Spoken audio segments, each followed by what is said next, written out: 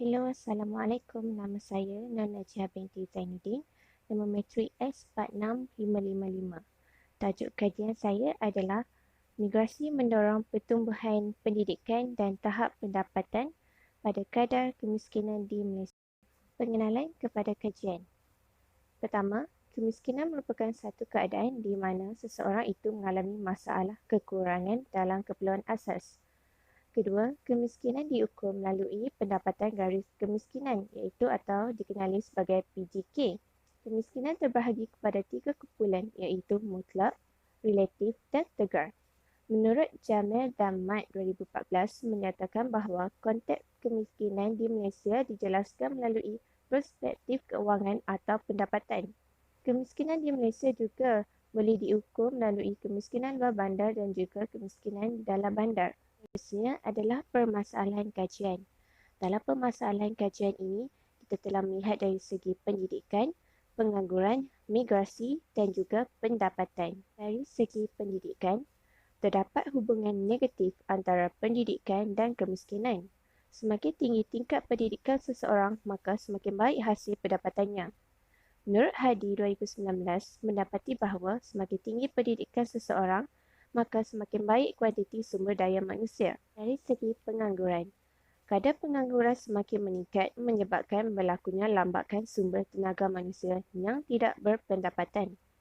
Oleh itu, menurut Wijaya, Nak Asyah dan Liu 2011 mendapati bahawa sektor ekonomi diperlukan bagi memastikan program pembasmian kemiskinan dapat dijalankan bagi menyokong pertumbuhan ekonomi yang memfokuskan kepada penggunaan sumber secara cekap.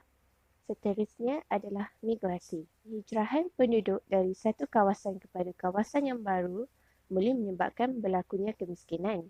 Misalnya, isi rumah miskin bandar disebabkan migrasi isi rumah miskin luar bandar ke dalam bandar.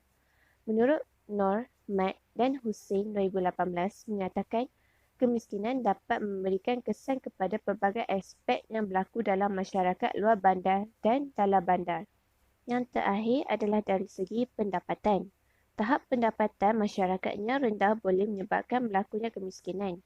Menurut Wahyudi dan Raja Kinsey 2012 mendapati bahawa apabila tingkat pendapatan penduduk sangat terbatas, banyak isi rumah tangga miskin terpaksa berubah pola kehidupan mereka. Seterusnya adalah objektif kajian. Objektif umum adalah kajian ini dilakukan untuk mengkaji tingkat pendidikan, pendapatan, pengangguran dan pertumbuhan migrasi penduduk yang mempengaruhi kadar kemiskinan di Malaysia. Manakala objektif khusus pula adalah yang pertama, untuk mengenal pasti kesan pemboleh ubah terhadap kemiskinan di negara Malaysia.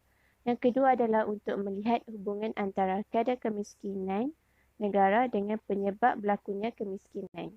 Bagi pemboleh ubah bebas yang telah lakukan dalam kajian ini adalah pendidikan, migrasi, pengangguran, pembentukan modal dan keluaran dalam negara kasar. Dalam kajian ini menggunakan kaedah kuasa dua terkecil iaitu Ordinary Least Square atau dikenali sebagai OLS. Kaedah ini menggunakan ujian T dan juga ujian F untuk melihat hubungan signifikan antara pemboleh ubah bebas dan pemboleh ubah bersandar. Dalam menentukan masalah heteroskedasity pula adalah menggunakan kaedah ujian White Test. Dalam kajian ini telah dilakukan dua kaedah OLS. Yang pertamanya tanpa pekali arah aliran dan yang kedua adalah ditambahkan dengan pekali arah aliran. Dapatan kajian OLS yang pertama mendapati bahawa pemboleh ubah pendidikan, pengangguran, migrasi dan pembentukan modal berhubungan positif dengan kemiskinan. Manakala pemboleh ubah KDNK telah berhubungan negatif dengan pemboleh ubah kemiskinan iaitu kenaikan 1% dalam KDNK akan menyebabkan kemiskinan jatuh sebanyak 0.435%. Di samping itu, R-square dari hasil regresi menunjukkan 99.61% variasi dalam kemiskinan dapat diterangkan oleh kesemua pemboleh ubah. Bagi ujian T mendapati bahawa kesemua pembeli ubah bebas mempunyai hubungan signifikan dengan pembeli ubah bersandar. Ujian F pula mendapati sekurang-kurangnya satu pembeli ubah bebas atau eksogenes yang mempengaruhi pembeli ubah bersandar. Untuk mengetahui masalah autokorelasi, telah dilakukan pada peringkat pertama dan mendapati nilai bacaan Duby-Watson di statistik adalah 1.858. Oleh itu, tidak wujud sebarang masalah autokorelasi kerana gagal tolak HO pada aras keertian 5%.